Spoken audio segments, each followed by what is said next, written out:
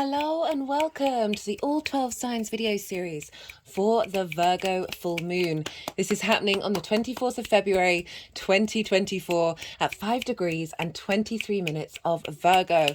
I am going to be reading for Scorpio in this video. My name's Chloe. I work with card divination, astrology, and I channel energies through my body. I've been doing physical light language for nearly 3 years now, and recently I've had a vocal light language activation. Both of these things are drawing in energies from different dimensions to help us heal, help us clear stuck energy, and open up portals to source to get us in alignment with our soul's frequency in this incarnation by bringing in activation codes and downloads. All of this will be worked into the readings, even if you're not consciously aware of what's going on with the movements and the vocal light language. It is still in alignment with your higher self of bringing some clearing and activation energy. For those of you who know your time of birth and know your natal chart, I really recommend you check out the sign that falls in the first house first. The astrology will be as clear cut with the sign being in the first house. However, this does not invalidate you looking at any other part of your chart, right? So your sun and your moon are likely to get activated with every lunation. So maybe you want to look to where they are. So say you've got your moon over in the 6th house in the sign of Scorpio for this one, that you'll apply the themes of the house that it's in, right? The sign that you're looking into, and then apply all that meaning that you've got going on in that sign to the messages that come through. It will be as if that sign has now moved to the 1st house. So the astrology will still link in. You just got to do a bit of mental and natal chart mathematics with it, and this will bring a more holistic understanding of how this transit is showing up for every area of your chart. Right, okay, I'm going to leave this introduction short and sweet and get on with reading for Scorpio. Scorpio rising. How you doing, Scorpio?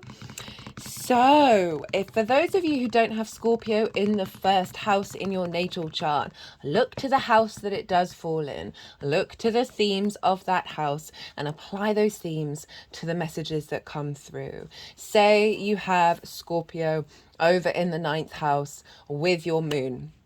Right, the 9th house is all about perspectives, your morals, your ethics, your philosophies, how you connect to the bigger matrices of the world. Your moon, your intuition around that, your needs being met about understanding your perspectives. And so apply all of this meaning. And it's with all of that 9th house energy is now actually moved to the 1st house. So the astrology will still link in. You just got to apply the meaning of wherever Scorpio falls in your chart to the messages that come through. For those of you who didn't catch the introduction, sorry regulars, I've been repeating this quite a lot. I've been channeling physical light language through my body for nearly 3 years now, and I've recently had a vocal light language activation. So all of these things are going to be coming through, channeling energies from different dimensions. Whether you're consciously aware of what's going on, it's still in alignment with your higher self, right? So it's helping us step out of the realm of needing to comprehend. So I'm going to be breaking down the astrology for Scorpio risings, and while I'm doing it, I'm going to be shuffling for cards, and these are all going to fly everywhere, and then towards the end the energies are going to then move them around into the 3 piles that I pull cards for. And so throughout this there will be the movements, there will be the vocal light language, and all of this is just activating energy, helping clear some stuck energy. Scorpio, got your own card flying in. So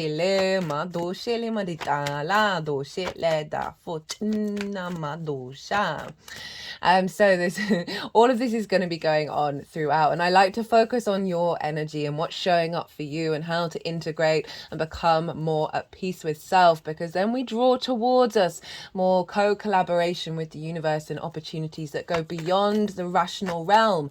And this is what this moon is all about. So regardless of whether Scorpio is your rising sign or not, Scorpio and Virgo, you are fellow yin energies, yin signs. This is the feminine, the night, the yin energy. And so this is sextiling your Scorpio energy, this Virgo full moon. And a sextile is an aspect of Venus. And Venus wants to bring a sense of connection, harmony, grace, diplomacy, appreciation, value and love.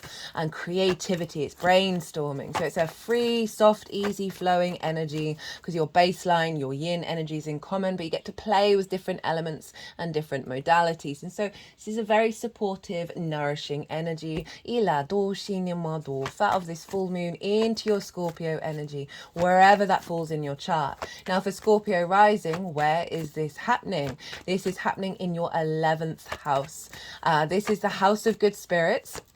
This is the hopes and dreams, the friends, groups and alliances, and reaping the benefits from your 10th house. So big energy here showing up. This is generally going to be a very supportive moon for you, Scorpio. It's a very yin moon. We've got lots of earth and lots of water at play here. It's very nourishing, and it's just a really beautiful moon.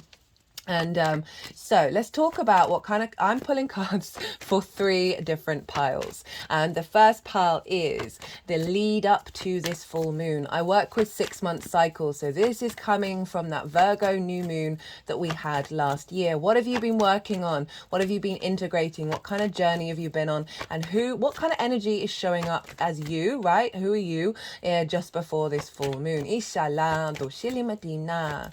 The second pile is the energy that's going to be downloaded, the blueprint that's going to be downloaded into your vessel at the time of this lunation. I see lunations as portals, energy portals, activation downloads, all of these things, both new and full moon alike, because we're always in a cycle, right? So this is what's going to be downloaded into your vessel that will then unfold over the next 6 months.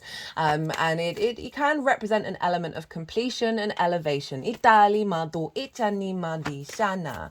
And so the baseline for pile 2 is the collective reading. Now, this is where I get to break down the astrology in way more detail. I pull collective tarot. I get to expand more on certain topics, practices that I've seen work for myself that link into the sign, link into the energy, channeled messages, collective tarot. And so it's how all of the celestial bodies talk to each other at the moment of the full moon. They're creating a harmonic blueprint, and that is the baseline for pile 2. So if you want a deeper understanding of how this moon is showing up, go check out the collective reading. And the tarot on top of this is how this is affecting the Scorpio area of your chart. So this is the energy downloaded into your vessel that will then unfold over the next 6 months. And then we've got the third and final pile of how all this energy is going to manifest moving forwards. So those are the 3 piles. Now let's talk a bit more about what is a full moon, what's it all about, what's likely to show up. So I see 3 main themes show up with full moons.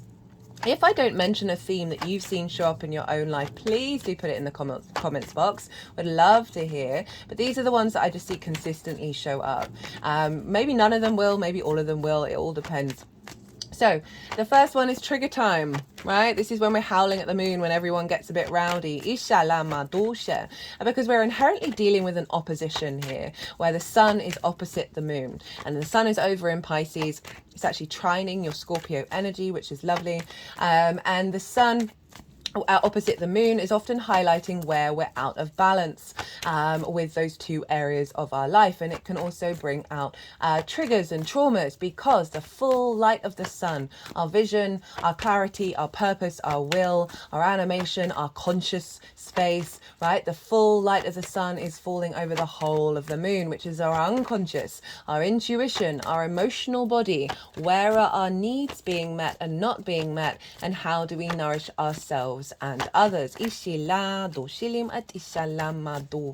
So where there are things that have been bubbling in the unconscious space that may have taken you a really long time to get to, the sun and the moon come along and provide an offering and help, even though it may be difficult at the time, help raise up something that is a bit of a trigger, is a bit of a trauma, is a limiting belief, and you may feel emotionally vulnerable around that, but it's always helping bring it to the surface, because you may not have noticed it. It's bringing something up from the unconscious, that from the unseen, to help you then realize it's a tool. It's just a tool to help okay, what am I integrating over the next cycle? What am I bringing a sense of harmony into that space, sending it love.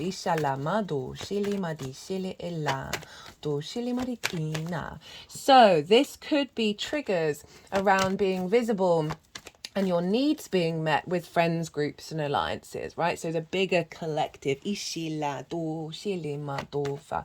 This may be wounds and triggers around limiting beliefs of your ability to hope and dream in an expansive way.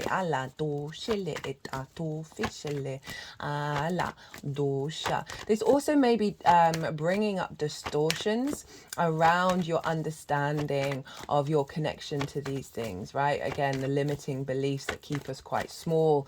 There may be issues around reaping the benefits from your 10th house, which is your life purpose and your career. Maybe working with dissatisfaction around that, and trying to reconnect back to feeling whole again.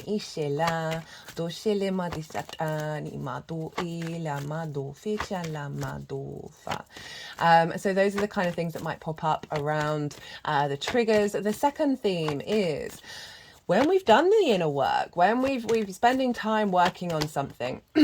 It's often in a very mental sphere, and what we really need is a holistic embodiment of it, right? And so the sun and the moon will again come along and provide a situation, not to reinforce the trauma, not to reinforce the limiting belief, but come along with a situation that is very similar to a frequency of limitation and trauma.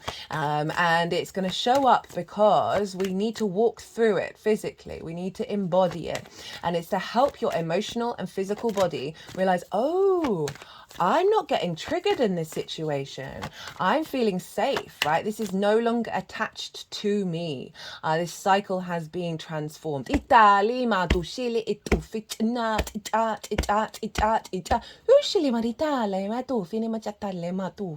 Okay, so I've got three main guides that are working through me at the moment in terms of the vocal light language. All with me, inshallah. And the three just came together as I said that. And it's so there's a masculine yang energy that's very much linked into earth protection and manifestation. Quite a forthright energy. This one's more of the feminine yin energy. It's more ethereal and linked into healing and attunement. This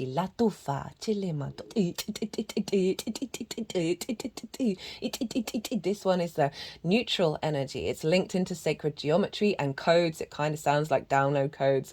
And it's more, I see it more as the archetypal and architectural structures of the universe, more connected to the neutral source. And they're all working together because we have these energies within us and they're helping bring about a sense of integration. So they came through collectively when I was talking about old cycles, old patterns no longer being connected to you and being transformed. And so yes, it may feel frustrating at the time because you're like, well, I thought I worked on this, I thought I cleared through it, but it also helps you acknowledge the journey that you've gone on. So often we forget that. So often we forget all the steps that we've done, and we can often fall back into thinking that we're right at the beginning again. And this is highlighting, oh no, you have evolved, you've grown, and these things are being transformed through the full moon into a new frequency. Now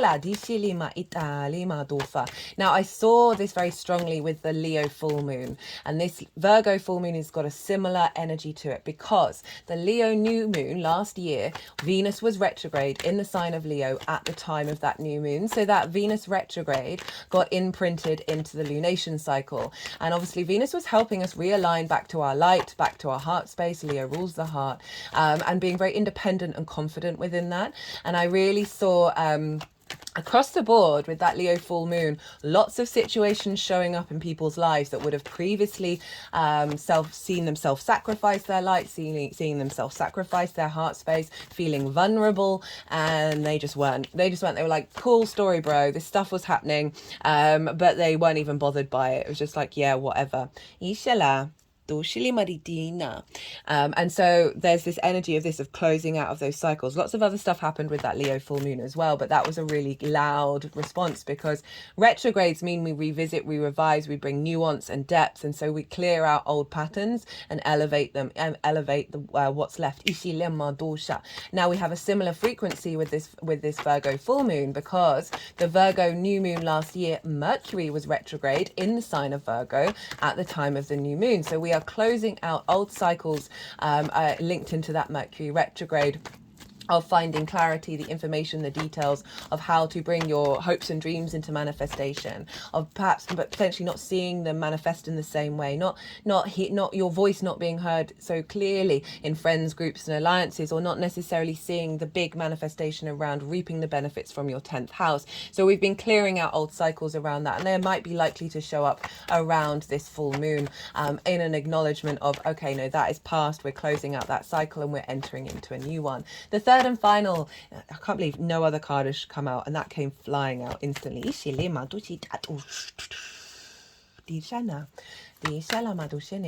And so we're closing that out. Another third one, right? So this is a celebration, right? Heightened intuition that's in alignment, your emotional body being in flow, your needs being met, your nourishment at full whack, and you being able to nourish others and provide for the needs of others in a really healthy way.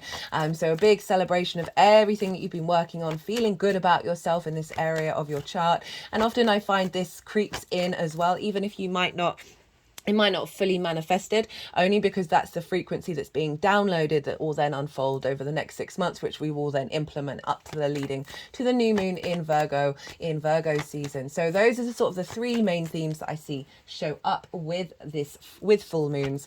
And so there is this sense of again, clearing out of old patterns around feeling stressed and anxious over hopes and dreams, right? One of the main things with this collective reading that came through was we've been doing a lot of work with these Virgo moons of moving away from, so Virgo is incredibly analytical. It is an earth sign, but it's ruled by Mercury. It's able to observe and implement in the 3D realm, bringing about flow. For me, Mercury is all about flow. It's very problem orientated, very service orientated, and this can also lead to hypercriticism of self from a space of wanting perfectionism. It can lead to judgment, and we've been working on those. We've been sort of dissolving the power of that energy, anxiety and fear and getting things wrong and having all the plans and needing all the information in order to make the next step, right? Can be very overwhelming, and it can take up a lot of space, and it actually limits our co-creation with the universe, right? And so that last new moon in Virgo is very much about softening, moving away from seeing things as problems to see things more creatively and being more curious, like an element of surrender there, of not micromanaging the universe.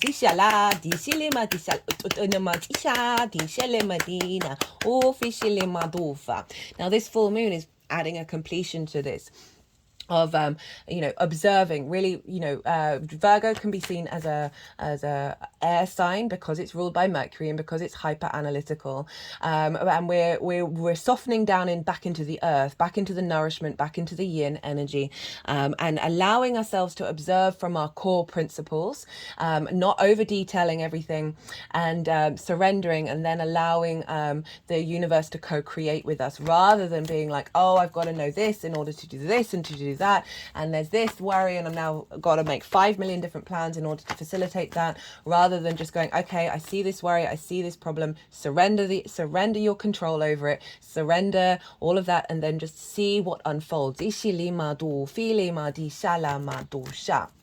So this can be, as I said, removing old fears around accentuated, anxiety driven, detailed orientated energy, around your hopes and dreams manifesting, around having Virgo in the 11th house can often mean really facilitating the needs of groups and friends and alliances, and this can be out of balance, as I said. Like Virgo and Pisces, very service orientated, and it can involve a vast amount of self-sacrificing. So we're bringing more connection of appreciation and love of your embodiment of self, your rising sign, your sense of self, that's more in alignment, so you can give from your saucer, not from your cup.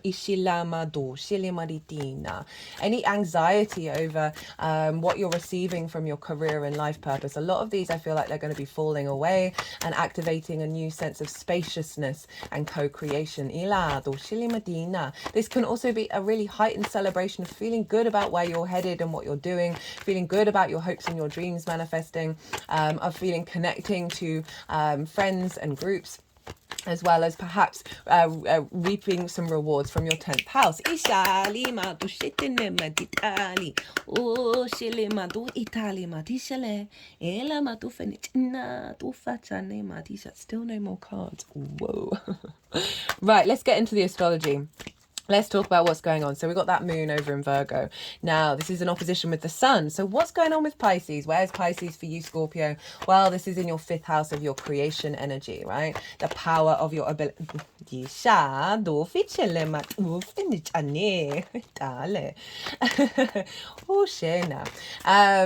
Love that the Empress came out after death. And Pisces, your creation energy, this is the house of joy. The 11th house is house of good spirits. So it's like lots of positive energy showing up here, or a recalibration into that. So that creation energy is everything else that I'm going to say after this stems from that, right? This is our pleasure principle. And this is not just limited into sort of sensual, sexual pleasure, that we get a bit twisted with that and hyper focused just because, well, there's a part of us that's desperate to breed, isn't it? But it's absolutely any area of your life, any moment in your life of finding pleasure within it, finding that joy. It's amusement, play, games, children, both your literal children, children you work with, your inner child, and the things that you birth into the world from a creative place that feel like your children. This is also linked into romance and dating. It's a playful house. It's a lot of fun. However, Saturn's there, right? Saturn's been there for nearly, is it a year now? I think it's roughly a year, because it moved into Pisces an hour after the full moon in Virgo last year. Can't quite remember the date of that. So roughly around a year. And so you may have felt a dampening around your joy. And a sense of authority and a weight there. And Saturn's doing this in order to recalibrate the way that you find pleasure, the way that you create, that's going to serve you over the next cycle of Saturn, over the next 30 years. And so there's an element of responsibility and duty that shows up with Saturn being there. But it's really tapping you into your authority, into your integrity, and your commitment to your legacy. And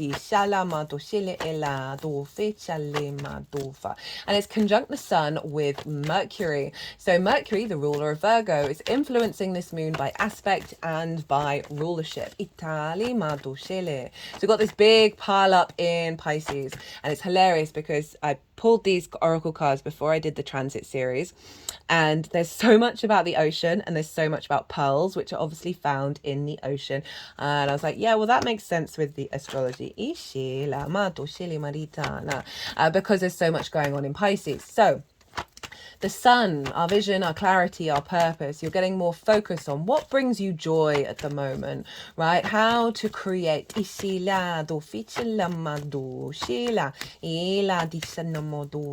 Saturn is obviously there. And Saturn, for me, overall, the overall theme of Saturn in Pisces is obviously clearing out some old karma of the bigger cycles, but it's bringing grounding and strengthening and solidifying the magic of Pisces in the 3D realm, right? So Saturn is very much the material world, the cause and effect, right? And Pisces is the cosmic ocean. It's very fluky, it's very magical, very psychic. There's synchronicities abound, and it's a very curveball kind of energy. It's not really based on the rational, right? Even though if we knew more about the unknown, we'd probably find out it would probably make a lot of sense, right? It's a very dream-like energy. It is very unconditional. It's able to hold space for lots of different walks of life. And so you've got this ability to tap into your flow, right? It's in a very sort of unconventional way. Allowing yourself to float on the ocean. A far cry from the over-analytical Virgo, right? But Mercury's there as well. So Mercury traditionally is in its fall in the sign of Pisces because it's in its exaltation in the sign of Virgo. This is based on the Hellenistic principles from over 2,000 years ago, which I use as my baseline for astrology astrology, but I also work with my own intuition, right? The Greeks and the Romans used to really appreciate logic. So the hyper analytical Virgo, very positive for Mercury and how we collect information. Pisces, different vibe, right? This is the guru giving you a riddle. This is the poems, the metaphors that's you would never have come up with but make perfect sense. This isn't rational linear thought processes. This is A to Z to G to Y to B, right? Rather than A to B to C. This is curveball energy, left field energy. It is very fluky as well, and sometimes it can feel a bit unnerving because it can be so unexpected, and it can so come out of nowhere. It is an incredibly creative sign to have in the 5th house, but you've had a bit of a dampening of that. But this moon for me, right, so we've got the vision and clarity of the sun, of focusing, hey, let's boost this creativity. We've got Saturn, who's giving structure to your legacy, structure and maturity to your understanding of your creation energy. And you may have been working through, with the sun there, you may have had more focus of old dynamics, right, of relationship dynamics, where you get your pleasure from, what moved you, right, the romance and the dating, working through inner child stuff. Saturn is giving structure to that inner child and support, and helping bring wisdom of the cause and effect of things.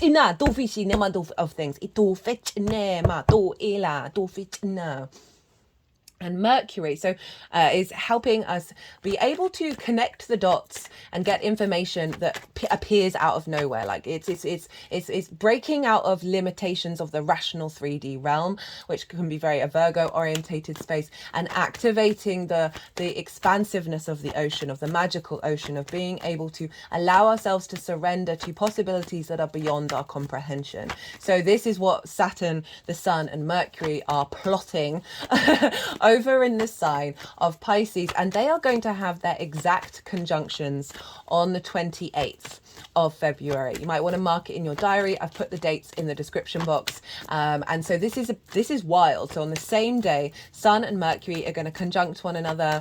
Mercury and Saturn are going to conjunct one another. Sun and Saturn are going to conjunct one another. Conjunctions mark new beginnings. So I love the fact that we've got this full moon, this completion of old cycles, tying up that Mercury retrograde, activating a new frequency that's then going to be imprinted into this conjunction, this new activation that's happening huge on the 28th. I feel it's going to be lifting a lot of the weight. You may have felt with Saturn being there.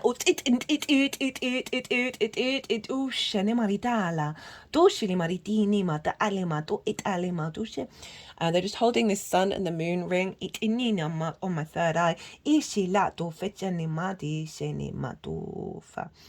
And often in the lead up to full moons, we feel the contradictory energies. There can be weight, there can be release, there can be heaviness from old cycles that are closing out, as well as the tingling of anticipation of the new adventure. We got the Fool in the collective reading, which I really liked. So we've got all this powerhouse going on in Pisces of activating a deeper level of connection to your creativity and your joy, and how you connect to pleasure, clearing out old cycles that's then feeding into this moon of breaking away limitations that may have through the blockages around creativity, of you being able to surrender to the deep nourishment of Virgo, of being able to facilitate your dreams but without having to overplan. Seeing more, you being more seen, and your needs being the nourishment that you give to others being seen in a more creative, joyful space. The groups, the friends, the alliances. Activations around pleasure that is being seen as a heightened energy around reaping the benefits from your 10th house.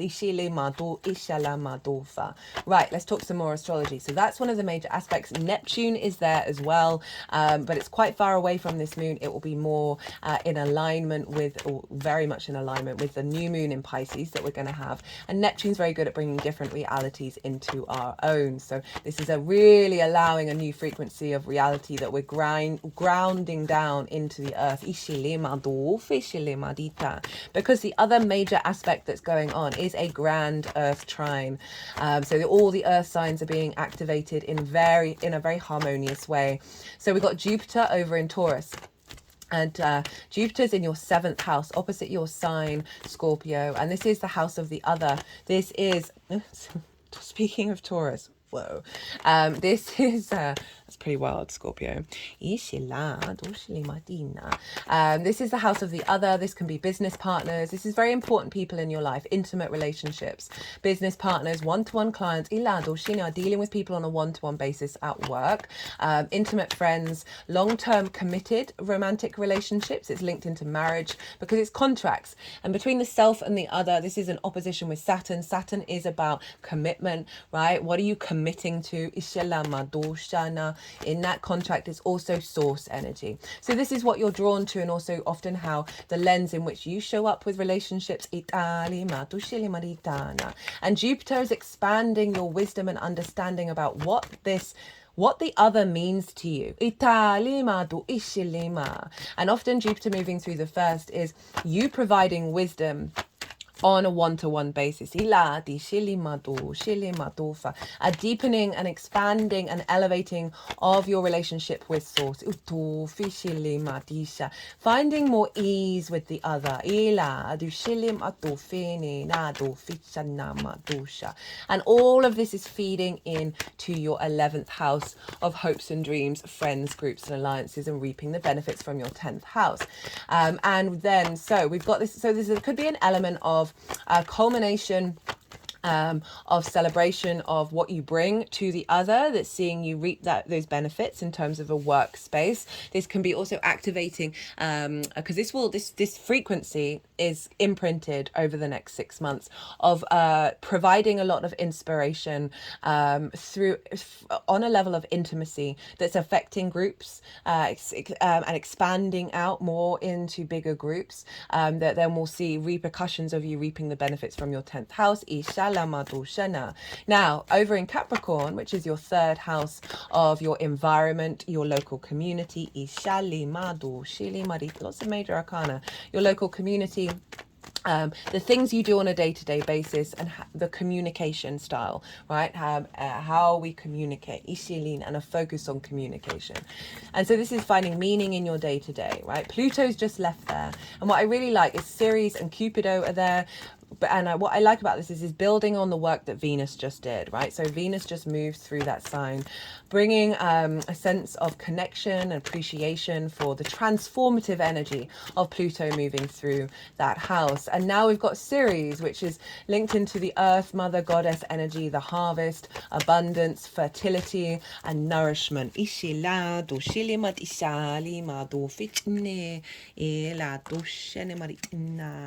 Iti dila do shilia madu fini madishina ila. So whereas Venus was smoothing things over, connecting the dots, feeling more confident in the way that you're expressing your passions, now Ceres is providing a sense of abundance, a sense of nourishment in your day-to-day, in your environment, in the way that you express yourself. And Cupido's there. Cupido's a really long transit, so it's been there for a while. But what I love, they're conjunct one another, and they're aspecting Jupiter and the moon. And Cupido, we never know where that arrow's bow is going to go, right? So there's an element of the unknown, the unseen, of activating a new passion, a new play, a new sense of connection coming in. And all of these planets in these 3 earth signs are talking to each other via a trine aspect. Trines are an aspect of Jupiter. So this is about bringing together of parts in order to expand, elevate, and bring confidence and wisdom into your life. Inshallah, the soft, easy, free-flowing energy, very inspirational, very bringing a sense of joy, a sense of generosity, a sense of ease, and a sense of opportunities and luck as well. So this is all calibrating to bring very inspired frequency into the way that you hope and dream, the way that your house of good spirits is the 11th house of raising those spirits, and closing out old cycles of not being able to connect to that. More integration of you, of the wisdom, the intimate wisdom that you communicate, being receptive to friends, groups, and alliances. Also, finding more meaning in your day to day. You know, third house is also linked into school, so there's an element of bringing nourishment there. Also, learning something new for the first time. And all of these are connecting into the moon, of like elevating your intuition around understanding the longer term cycle, right? Moving away from fear and surrendering a bit more, and knowing that nourishment is coming through and wisdom is coming through over the next 6 months. Now, Ceres, Jupiter, and Cupido are making sextiles to the Sun, Saturn, and Mercury. These are an aspect of Venus in the same way that this moon is sextiling your Scorpio energy. You know, this so obviously also that Pisces energy is trining your ascendant, so you're finding wisdom in this moon, in this full moon that's coming through. You're elevating your embodiment of self. Now these sextiles bring about that creativity, that connection, that harmony, that playfulness, that sense of the sense of creativity and grace from the first from the third house of your expression, your meaning in your day-to-day, your environment, feeding into your creativity, your creation power, how you find joy. The nourishment of Ceres, saying, hey, like, we're doing some recalibration with your environment, and this is going to bring in a stronger sense of connection to your creation energy. The wisdom of Jupiter over easing any discord with the other old patterns, finding more wisdom, cohesion, and depth with the other. This can be source energy that's helping you get more creative. This can be people, intimate people in your life who are just helping bring a bit more joy into your life. Or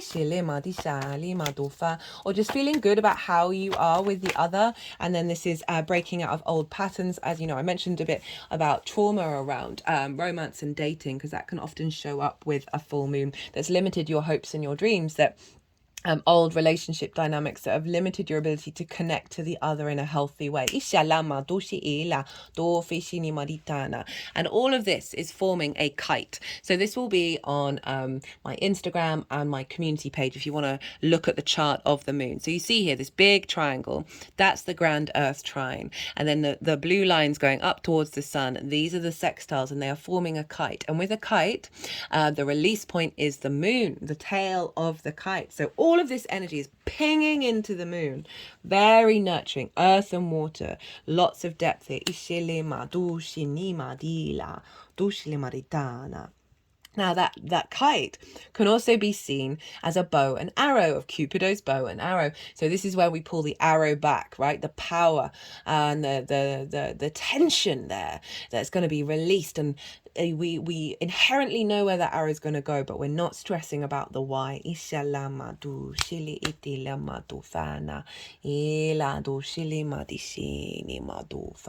Now let's talk about the rulership energy, because we've talked about the major aspects and there's now the rulership. So Mercury rules Virgo. Whatever's going on with the ruler of a sign is impacting the signs that it rules, and Mercury therefore is influencing not only by aspect but by rulership this moon, which is why we've got this heavy Pisces contingent. And Pisces is ruled by Jupiter, so we've talked about Jupiter. So Mercury in your 5th house, you're connecting the dots to the magic of your creation energy, right? There can be activation of psychic abilities. Ishali Madoshili is influencing this moon of how to expand and elevate your hopes and your dreams and your receptivity in friends, groups and alliances from a more creative, joyful place. Jupiter is influencing Mercury and saying, okay, let's get this wisdom that we're able to share, this understanding of the other, right? The relationship dynamic, all in alignment, right? Boosting our creation energy, helping us feel better, because we're feeling more grounded and confident within ourselves, right? With Jupiter in the 7th, because it helps us realign, it brings together things and expands with more generosity, so we're able to see those dynamics from a higher perspective, with more wisdom, with more generosity. Now Taurus is ruled by Taurus is ruled by Venus, and Venus is over in the sign of Aquarius, in your roots and your foundations, right? Your ancestors, both blood and soul lineage. This is the roof over your head, your parental figures, and the things that you do in private. This is your foundational space. Now, Venus is just coming out of an exact conjunction with Mars, marking a new frequency coming in of the alignment of the masculine and feminine on a personal level, right? Our motivation, our drive, our action with our love and our appreciation and our creativity. This happens once every 2 years or so. And this is happening in Aquarius. Last time it was in Capricorn. And that's happening on the 22nd. I mentioned this in the Aquarius new moon video. All the details, dates in the description box. You might want to look back of what was going on around then, because when we have conjunctions, we can often see clues about how that's going to unfold. So this is an alignment, right, in your 4th house, in your foundational space, right? This is bringing it into recalibration.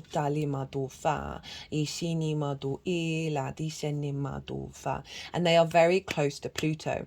So Pluto for me is inherently a neutral energy. It's creation and destruction. These are just facts, right? It's very transformative. It brings about power and magnetism. And so we've got the neutral, the feminine, the masculine, basically being in alignment with each other in your foundational space, that is then influencing your understanding of the other, right? This can be harnessing a deeper connection with source through this alignment of your foundations, drawing towards you individuals that are more in alignment with this alignment, as well as elevating relationship dynamics that you do have. And all this is feeding back into your creativity, back into your pleasure and your play, right? So there's an alignment going on with the roots and foundations that's impacting how you find pleasure, how you find joy, that's then allowing more space for you to hope and dream. Now, Saturn traditionally rules Aquarius. So Saturn is governing Venus. So Saturn's making sure this is in alignment with the Saturn plan of bringing that magic, strengthening that magic, and it can bring about frustrations, limitations, frustrations. Yeah, I said that twice. In order to really solidify the power that it brings. So it's then recalibrating, again, your foundational space. It's more in alignment with your creation power. And all of this strengthening is pouring into the expansion of the 11th house and an activation of more abundance. Right, that's everything that I wanted to say. Look to where your sun and your moon are in your natal chart. Look to the houses that they're in and the themes of those houses, because it's likely that some of those themes are going to show up with this full moon. They will do with every lunation, and it's really helps bring a more personal energy into this moon beyond the general reading for the sign of Scorpio. Okay.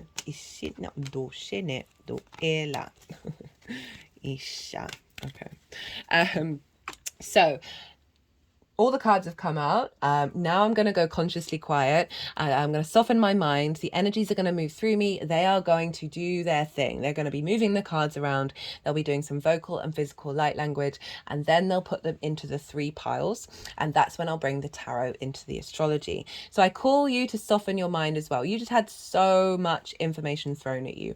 Let that all settle in your unconscious mind, and then see what intuitive hits come up for you while this is all going on. Isha lima doshele etali madola ila dishini o shena of ishini ma dite ila dili mado fini ma ushini ala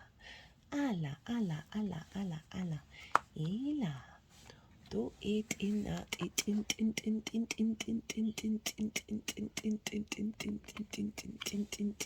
in taramba ushine ela ufeshalina ela do etini ela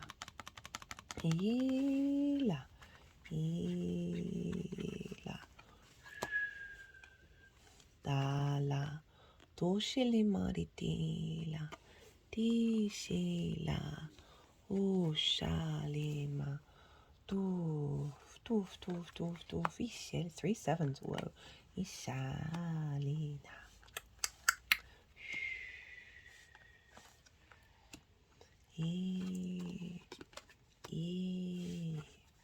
adisha etufaritinima nila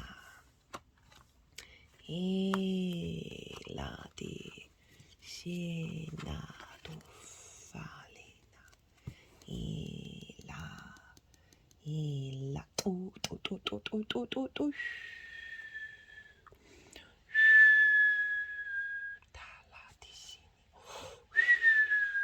just put it over the heart chakra. Those cards. Ishili, Itala, Ila, Ishita, Ushini, Ushunamodo, Fini, Ela, di Shilima, di Shitina, di Shitila.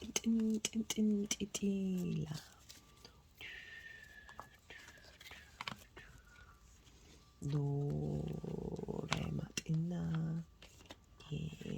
shenia ete matishene ufinila o shini ela di shini tu de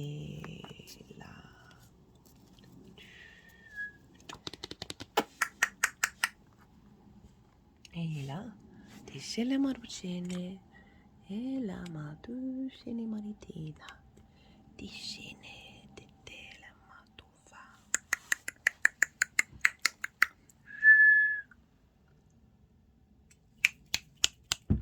atala madushene ela. Right, Scorpio. So what have we got going on here? Well, we've got some big energy showing up, but all like great spread, but highlighting certain old patterns. Remember, we're clearing out the Mercury retrograde around that 11th house. You might want to go check out, it's in its own playlist, that series again, just to recap. We got the 10 of Swords, we got the 5 of Cups, difficult energy, but the Tower is over the top of it. So these things have been being pulled down. You've gone on a journey to get a higher perspective, embracing the transformation, and then therefore planting new seeds afterwards, right? So let's talk about this a bit more. So this is a mobilization, right? See, all these swords are all along the spine. Spine is very karmic, holds a lot of karmic energy. And there's a sense of betrayal, there's a sense of limitations and restrictions. This can be through things that people have said to you at a very early age, through that then get get recreated throughout your life. This can be your own mind, your own analytical space, that over worry, that over fearing, that over planning, perhaps the over planning of it then leads to immobilization. But it's a very intense energy, but it's marking this sense of completion. But it can often be a while once something's been completed for it to fully release. So there's just a sense of perhaps your dreams, your hopes. There's a sense of not achieving them, of not getting to that space. You can't move, you feel trapped. This also could be old traumas around not reaping the benefits from your 10th house, getting the recognition that you need. And in fact, there's an element of being stabbed in the back. And also, this, or not all of these things might resonate. They may just resonate on a little bit, right? So it's not necessarily the big examples, but certainly we can have micro things like that actually get really deep in our soul. This can feel like not being able to be yourself with friends, groups and alliances, a sense of an immobilization there, and a blockage.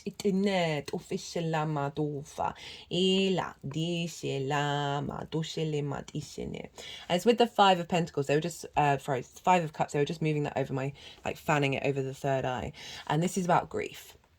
This is about loss. This is about looking at the Three of Cups, which represents flow, represents appreciation, celebration, abundance, joy, right? And this figure is looking at those cups, and those cups have fallen over. So it's feeling like you have lost that is no longer quite with you. There's a heaviness with grief. It goes in cycles. It's a very natural human experience. And so these things over the last 6 months, whether these have been big events in your life or whether you've just had the space for these things to come up in order to process. Remember, we are clearing out that Mercury retrograde, and this is when we revisit and go over old things in order to bring depth and nuance and inventive possibilities. But it involves then doing the work. Now the Tower has come along. I love the Tower. I think it's an incredibly powerful totem. And the Tower, this is Mars, but also I see it as Uranus. And obviously Mars is your ruler. Scorpio. And so for Scorpio risings, that this is the Tower comes along and pulls down structures that are superfluous. This is the top of the tower. The foundation is still strong. However, when this happens, this can feel like everything is being pulled down, because we can be very sort of resistant to change, or struggle with the consistency of change. But the Tower has come along saying, hey, I'm pulling down these structures, and now we're rebuilding.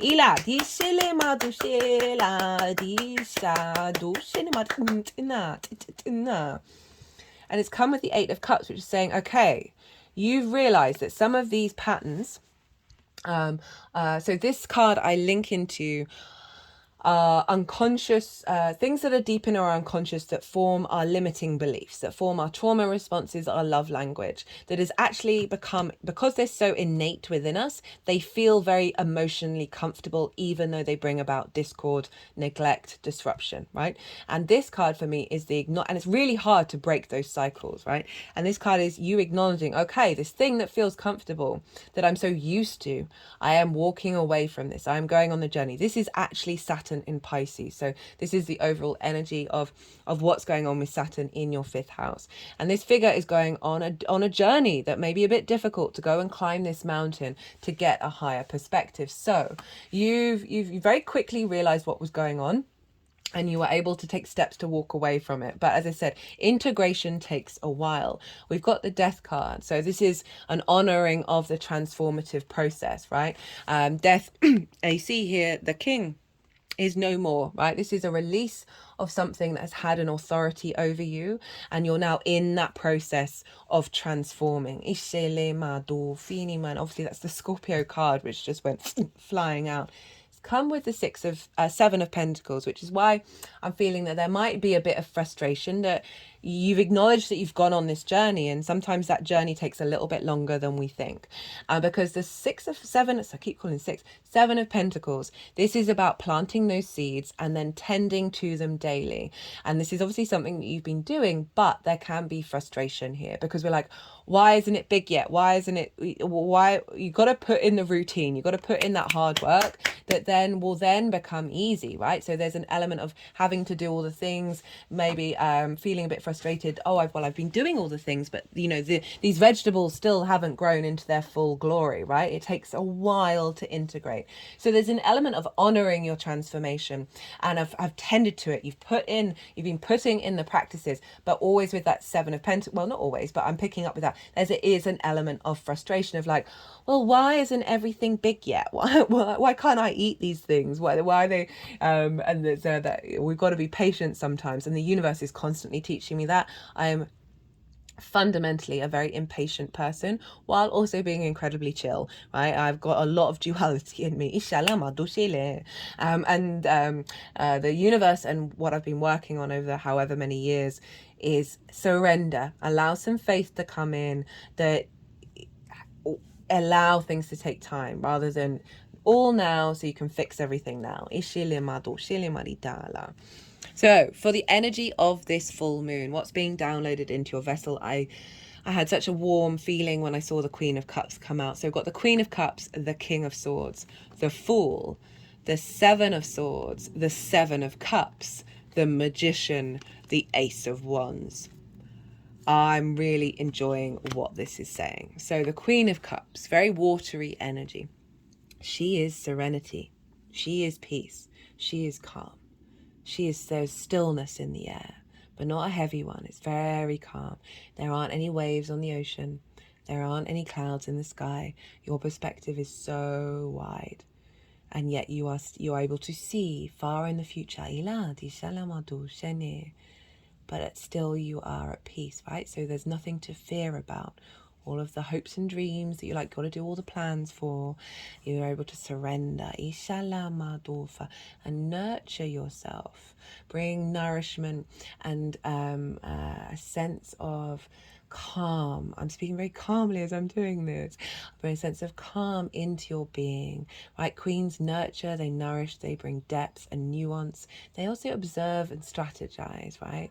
And so there's a cultivation here with this full moon of this new frequency that is serene and also very psychic. And it's come with the King of Swords, different vibe. The King of Swords, clarity, vision. This card's been showing up so much recently. Pluto in Aquarius, Leo full moon, Aquarius new moon, and in this moon as well. We got a lot going on in Pluto, and for Scorpio risings, you got in Aquarius, we've got Pluto in your fourth house. That's an angular house, so it's very powerful. This is clarity, vision, determination, right? A real sense of of knowing how to take action. This year we've moved from the Ten of Swords to the one sword that the king is holding, right? So we're no longer immobilized. There's a sense of clarity. There's also perspective as well, of appreciating where you've come from, and essentially bringing that zoomed out perspective and releasing stuck emotional energy. But what I'm getting with this, with the Queen of Cups, which is very intuitive, very imaginative, with the King of Swords, of being utilizing that yin energy of your intuition and your imagination, and then having the vision and the clarity to act upon it without trying to control it. And then we've got the Fool. You know, I mentioned that the Fool showed up in the collective reading, and you're the only sign that I've done that. So this marks a new adventure, a new expression of self, a new understanding of how to hope and dream, how to connect to friends, groups, and alliances, your soul family. A new mindset around reaping the benefits from your 10th house. The Fool operates from the heart space, right? Its chest is really far forward, right? Where our heart is. Its heart is leading the way. There's an element of naivety to the Fool. You know, it's about to essentially step off a cliff. It's going out into the world, having left the village, to go and explore the good, the bad, and the ugly, and seeing it all as curiosity and creativity and love. But this naivety of falling off the cliff is actually this higher perspective of taking that leap, that surrender, and knowing a new reality is going to pop up underneath your feet. Isha lima do shilima, beyond comprehension. Ila shilima do shilima lima do ficha lima dufa. We've got the 2 sevens. We've got 3 sevens showing up for you. And so often when we get duplicates, it's really realigning back into this creative 7 energy. I love the 7 of Swords. It gets a bad rep. Don't really know why. Because in the traditional Rider-Waite, this is a bright yellow card. And that's linked into the sun, which is vitality, vision, light energy. It's happy, happy, happy. Right. So the 7 of Swords. This energy is this being is stealing away conflict, right? So it's gone onto the enemy's encampment and it's taken away the resources so they don't go to war, right? And if you see here, this figure is holding the 5 of Swords. The 5 of Swords for me, one of the most difficult, it is for me the most difficult card in the tarot because it represents a lot of the dichotomy that we face as a species: the bully, the victim, the conflict, the domination, the subjugation, and the loop that we have with all of this trauma begetting trauma. So this figure is stealing away that conflict, that conflict in the mind, right? So it's sword energy of the limitations, of seeing things as conflict. And a struggle, right? This is about bringing and thinking differently. And it's leading to the 7 of Cups, which is hoping and dreaming, fantasizing, going beyond the rational limitations and dreaming without needing to control the how of how you get there, without putting expectations on these things literally manifesting. It is really the embodiment of the dreamscape, Ishila, without falling back into the grief if those things don't manifest in the way that you would like them to. This is really opening up a space of fantasy, of dream, of elevating your spirits. This is also the channeling card. We're all channelers. We just got very many different things of ways of doing it, of reconnecting back to your emotional body, right? Rather than this analytical mind space of what a Virgo can fall very heavily into, of reconnecting back to your creativity, your passion, your drive, even if that may be an unfolding process, and not controlling it, not planning it. This is not about planning. This is allowing the dream to unfold. The final cards for this energy downloading into you is Mercury itself, the ruler of Virgo, the Magician, and the Ace of Wands. This is bringing into recalibration of manifestation energy, right? Of knowing inherently within you that you can utilize the resources around you, whether they are seen or unseen, in order to bring your manifestation into being. And it's come with the Ace of Wands, a renewal, a virility, a budding of creativity and passion and drive and spirit activating in your, this a refresher of the way that you're looking at things. More vitality. Far cry from immobilization, far cry from grief. As I said, this is all showing, this is transiting out. But you know, they're heavy energy, so they can take a little while. How this energy is manifesting moving forward. Whoa.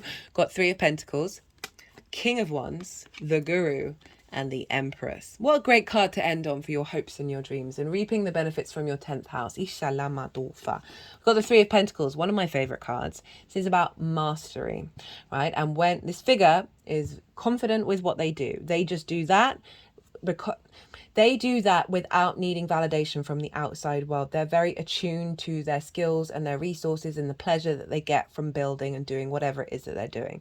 And because they're not seeking validation from the outside world, they then draw, and they're just committed to the thing that they love.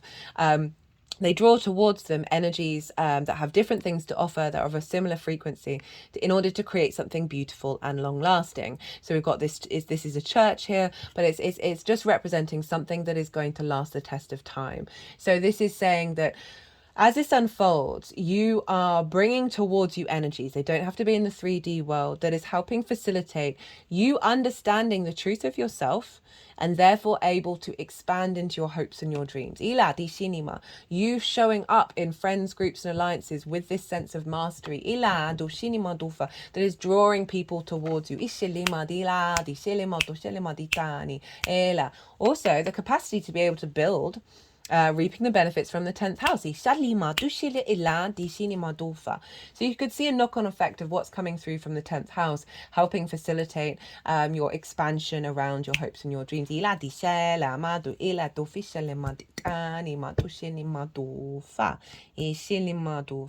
what I'm really getting is that grand earth trine of the wisdom that you give via intimacy, right?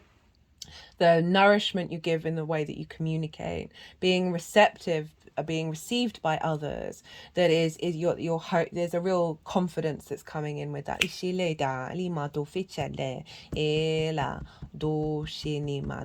Remember that foundational space is really getting into alignment.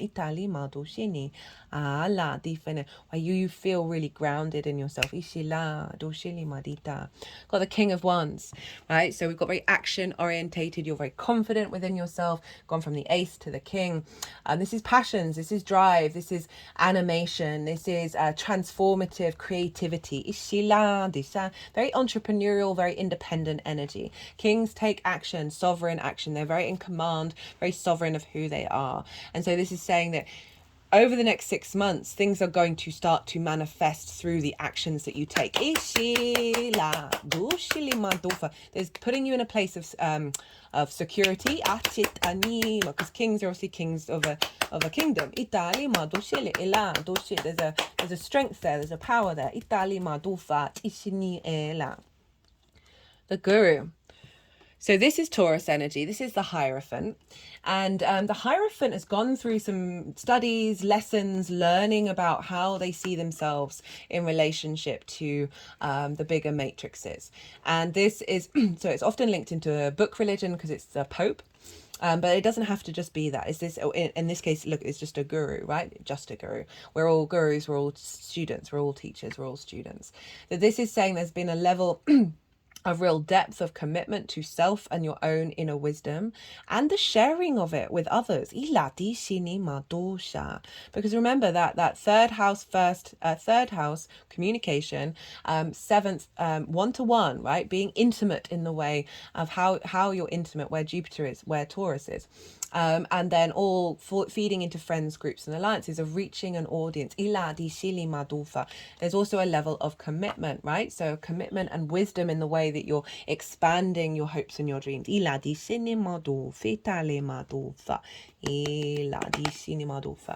And then we've got the Empress.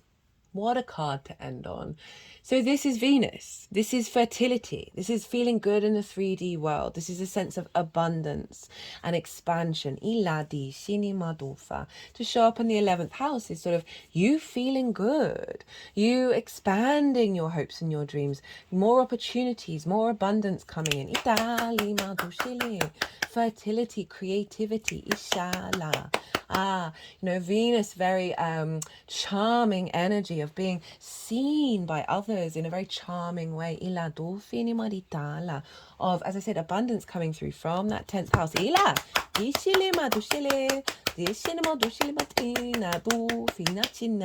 Right, let's get some qualifiers for you, Scorpio.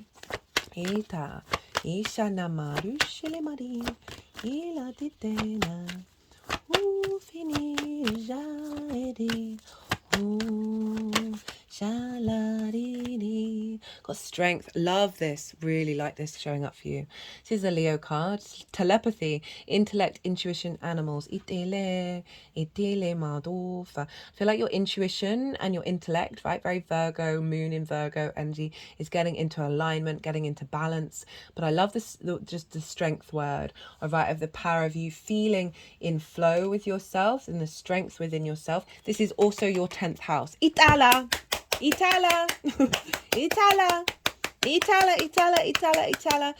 What I'm feeling is just breathe and release the fear. Ishata rimo to ela ishini no fishina ala to shinima itini. Got energy flow.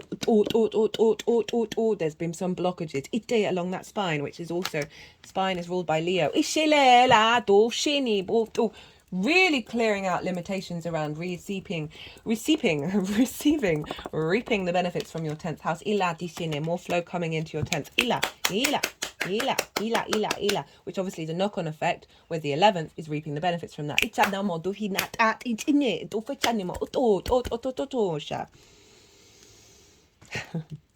Cut the deck and got death. Double confirmation of this big transformative energy you've been going through. Inshallah. Change, suspension of consciousness, new life, reborn.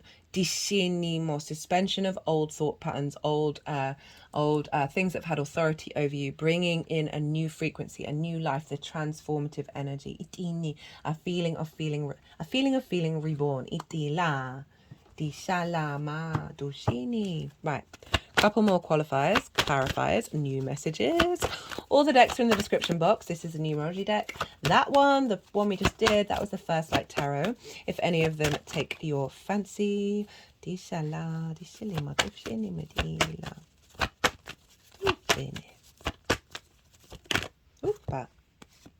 love.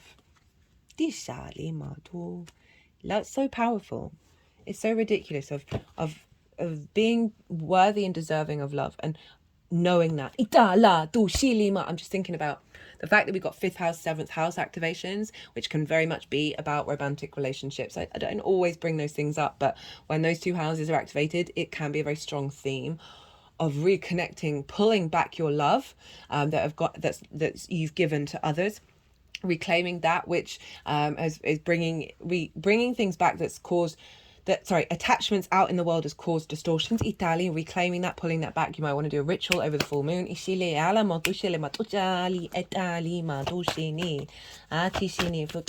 Falling in love again with the pleasure of your life and the hopes and dreams that you have.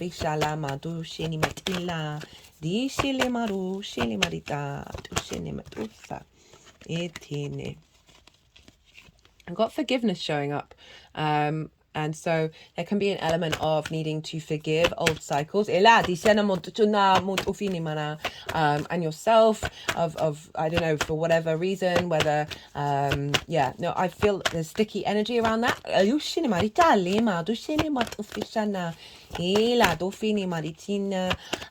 Often just being in a state of peace, which I feel forgiveness gets us to that space. That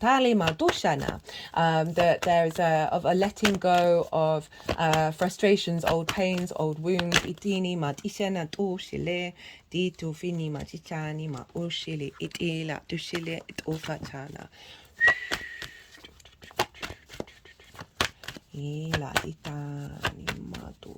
Forgiveness can be really hard, really hard, but what it feels like with all of that energy, all of that transformative energy, is you're recalibrating to that space of like just letting things move past you, right? And that can also be the way that you talk to yourself and treat yourself. You know,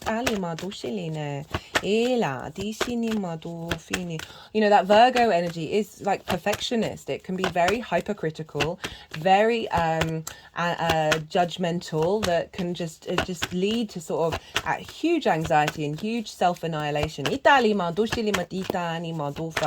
know, forgiving yourself for not being perfect. It's reminding me. So when Venus was last in Pisces, I channeled a message from her saying every moment is truly divine, and that just helped us move away from this sense of what is perfection. Everything is perfection. It's our perspective around these things, and so often we can neglect and fall into disrepair because we are so in fear of not being good enough. Takes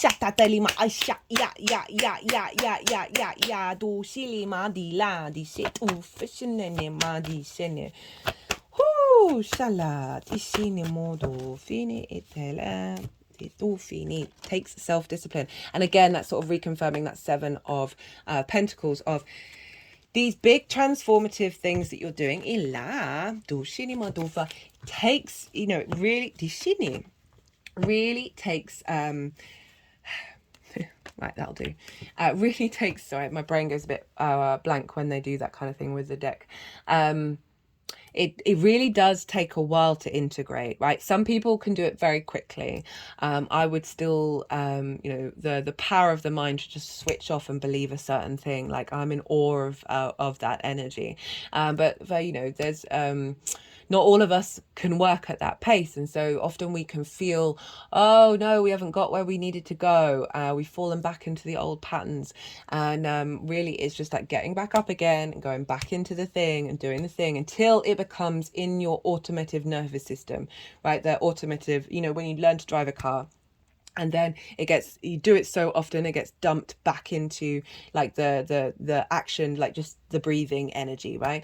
And so it can take us a while to get it into that. So it does reconfirming that the element of, also you have been implementing self-discipline, but it is a good thing to keep on doing. We've got self-love, spiritual career, follow your dreams. So spiritual career is absolutely any career. You just put meaning into it. Of really being in alignment through your own love, of your self-love, that then is activating an expansion around your hopes and your dreams, and how you share your 10th house with others. There is their sharing of love again.